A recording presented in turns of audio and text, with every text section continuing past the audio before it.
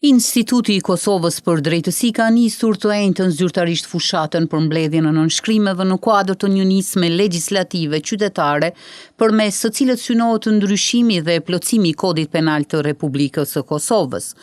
Hulumtuesi i lartë i KD-s Naimi Akaj tha se paraja publike është e qytetarëve dhe si rrjedhoi u takon atyre dhe jo interesave partijake ose elektorale. Këto veprime me të drejtë ngrisin dyshime dhe debat publik nëse buxheti i shtetit po përdoret për politika sociale apo për përfitim elektoral. Demokracia nuk duhet me lënë hapësirë për me dyshu. Paraja publike është e qytetarëve. Ajo duhet me u përdorur për interes publik dhe jo për interesa partijake apo elektorale. Pikërisht për këtë arsye propozojmë që përdorimi i paras apo për paras publike për përfitim elektoral gjatë fatës zgjedhore apo para zgjedhore të sanksionohet si vepër penale.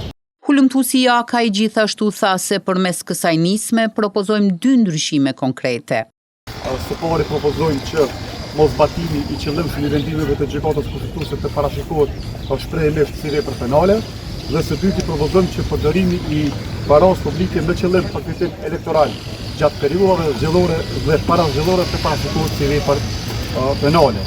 Duke rikujtuar se qytetarët meritojnë politika sociale dhe mbështetjen nga shteti, ai pohoi se këto 2 propozime kanë një qëllim të përbashkët. Këto 2 propozime kanë një qëllim të përbashkët: forcimin e llogaridhënies dhe mbrojtjen e rendit kushtetues dhe rritjen e besimit të qytetarëve në institucionet e Republikës së Kosovës.